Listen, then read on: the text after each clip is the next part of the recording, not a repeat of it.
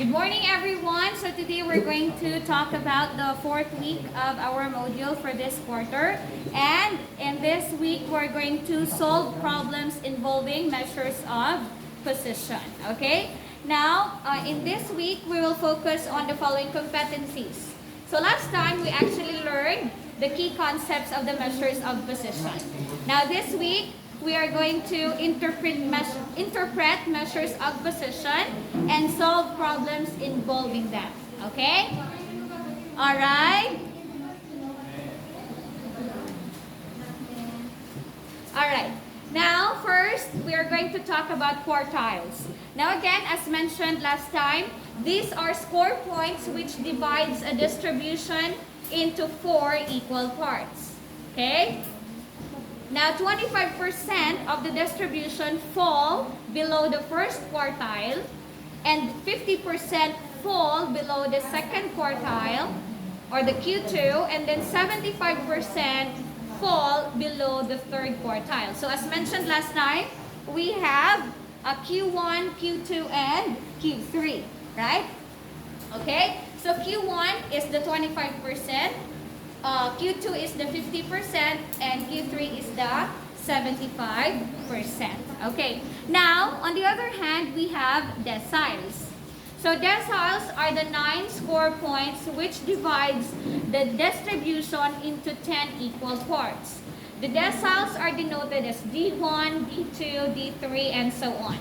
Now, that means 10% of the distribution fall below D1, 20% fall below D2, 30% fall below D3, and etc.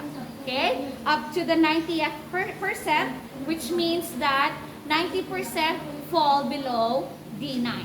Okay? Now, they are computed in the same way that the quartiles are calculated. So, last time, we actually solved for the decile in a way that we solved the percentiles. Right? But this time, we're going to have an easier formula to solve them. Okay? Now, so we have the formulas in solving for quartiles and decile. Okay? Okay, so last time we learned that when we are solving for the quartile, the formula for solving it is QK is equal to K plus 1 divided by N. Okay? Where N is the total number of data and K is the position of the quartile. So for example, if we are solving for Q3, that is equal to, this is N plus 1. Okay, so Q3 is equal to 3 times N plus 1 divided by N. Right? If you're looking for quartile 2, so that's Q2. That's 2 times N plus 1 over N. If you're looking for Q1, that's Q1 is equal to 1 times N plus 1 divided by N. Okay? So, K here is the number of position or the position of the quartile, and N is the total number of data. Now, in solving for the decile, we have almost the same formula. However, we are actually no, this is not N, this is 4. Okay. So we are actually using this is decile, dk is equal to K times N plus 1 divided by 10. Now, you will see the difference because in quartile, we're actually dividing it into 4. Okay? Because quartile is the distribution of the data into 4 equal parts, right? Now, in the decile, we are dividing this into 10, okay? Because decile is the distribution of the data into 10 equal parts, okay? So this is our formula. As you can see, very easy. Now, it steps in solving the problems involving quartile and decile. So number 1. First, and that's very important, you have to arrange the data. Okay, that's number 1. Okay, that's the first thing that you have to do when you're solving for quartile and decile. Number 2, solve for the position of the quartile and decile using the formula. And number 3, interpret the results. Okay? So these are the 3 main steps that you have to use in order to solve for the problems involving decile and quartile. Now we have the first example. Okay. In Reem's coffee shop, the owner is interested to know the amount of time it takes to the barista to prepare orders per customer. On a particular day, he asked his store manager to record the service time of their barista for the first 15 customers. Okay? So we have 15 customers. That's our N. Now, the data of the service time to the nearest minute are, so this is rounded off already to the nearest minute. We have 6, 7, 8, 2, 4, 5, 7, 6, 9, 2, 9, 3, 11, 5, and 10. So this is 1, 2, 3, 4, 5, 6, 7, 8, 9, 10, 11, 12, 13, 14, 15. Okay? Now we have 15 customers, right? Now, what is the lower quartile of the service time record? Okay, so we are asked about the lowest quartile. So what are we looking for? Q1. Very good. We are looking for Q1. Okay. Now, what is the formula for Q1? What is the formula? So we're using this. Okay? This formula. Now, first step is you have to arrange the data. So how do we arrange the data? From lowest to highest or increasing siya. Okay? Now, second step for you is to find the position of the lower quartile. So how do we find the position? Use the formula. Now, what is our lowest quartile? Q1 is equal to 1 times 15 plus 1 divided by 4. Now we have 16 divided by 4, which is 4. Therefore, arranging our data, so what is the 4th rank there? 4. Okay, so that is 4 also, because we have 2, 3, 4, 5, 6, 7, 8, 9, 10. Okay, 2 sevens. 10, and then 11. 1, 2, 3, 4, 5, 6, 7, 8, 9, 10, 11, 12, 13, 14, 15. So we have Q1 here. Okay? So our Q1 is 4.